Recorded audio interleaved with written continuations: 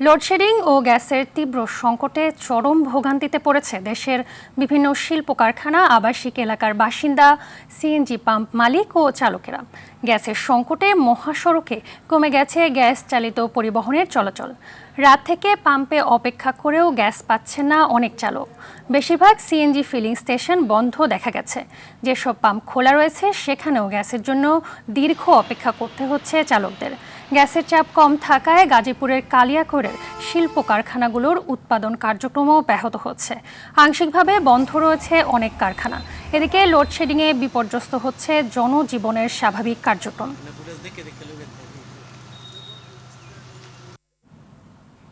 Gas সংকট নিয়ে আরও জানাতে নারায়ণগঞ্জ থেকে সরাসরি যুক্ত হচ্ছেন সহকর্মী আনোয়ার হাসান।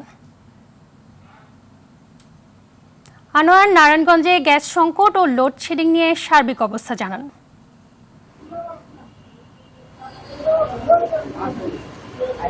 অর্থী গ্যাস সংকটের কারণে একজন মানুষ ঘরে বাইরে দু জায়গায় বিড়ম্বনার শিকার হচ্ছেন।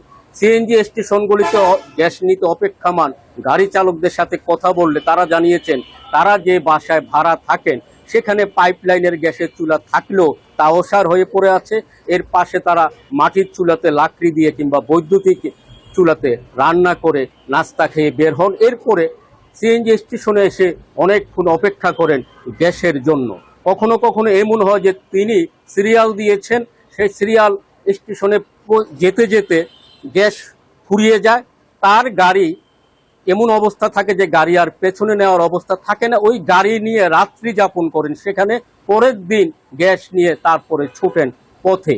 এ অবস্থায় তারা আগে কেউ যদি 4টি আপ ডাউন ট্রিপ মারতো, এখন মারে 2টি, মানে এখন যাতায়াত 1টি বা 2টি করে। তাদের এই ট্রিপের ফলে তাদের আয় যেমন কমেছে, অপরদিকে বাসায় বাড়তি জ্বালানি ব্যয় বেড়েছে। এই যে আয় ব্যয়ের চক্করে তারা পড়েছেন, এই থেকে কবে রেহাই পাবেন সেই প্রশ্ন তারা তুলেছেন। আর বিদ্যুৎ সংকট গতকাল সারাদিন এবং রাতের বেলা নারায়ণগঞ্জ শহরেও বিদ্যুতের যেই তাই অবস্থা, সেটা স্থানীয়রা বলছেন যে অনেক দিন পর তারা এমন অবস্থা দেখলেন। আর আগে থেকেই এ জেলার 2500 রূপগঞ্জ, সোনারগাঁ, বন্দর, ফতুল্লা এবং সিদ্ধিরগঞ্জে লোডশেডিং এর মাত্রা বেড়েছে।